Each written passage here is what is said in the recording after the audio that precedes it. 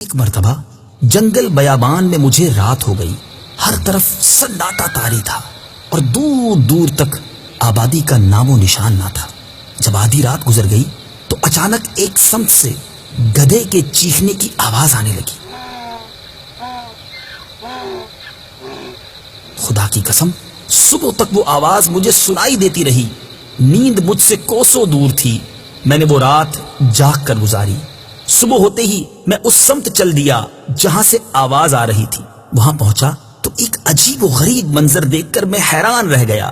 وہاں ایک قبر تھی جس میں ایک گدھا گردن تک دفن تھا. اس کے سر اور پیٹھ سے مٹی ہٹ چکی تھی. اس بھیانک منظر کو دیکھ کر مجھ پر کپ کپی طاری ہو گئی.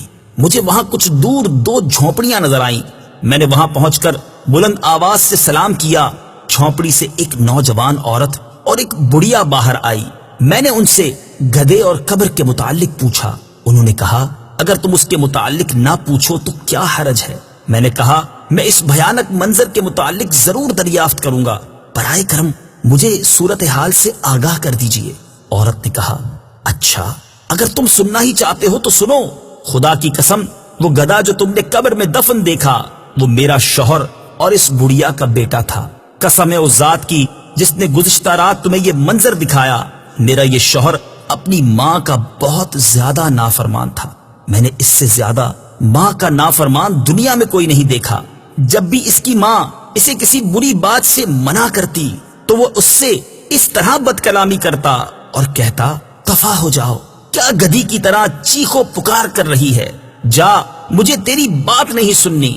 آخرکار دکھیاری ماں نے تنگ آ کر کہا اللہ تعالیٰ تجھے گدھے کی طرح بنا دے. جب یہ نافرمان مر گیا تو ہم نے اسے دفنا دیا. جس دن ہم نے اسے دفنایا اسی دن سے یہ گدھے کی شکل اختیار کر گیا. ماں کا نافرمان اور اپنی ماں کو گدھی کہنے والا اب روزانہ اپنی قبر میں گدھے کی طرح چیختا ہے اور ہر رات اس کی قبر سے یہ آواز سنائی دیتی ہے. حضرت سیدنا ابو حازم علیہ رحمت اللہ دائم فرماتے ہیں مجھے کسی شخص نے عبرت ناک واقعہ یوں سنایا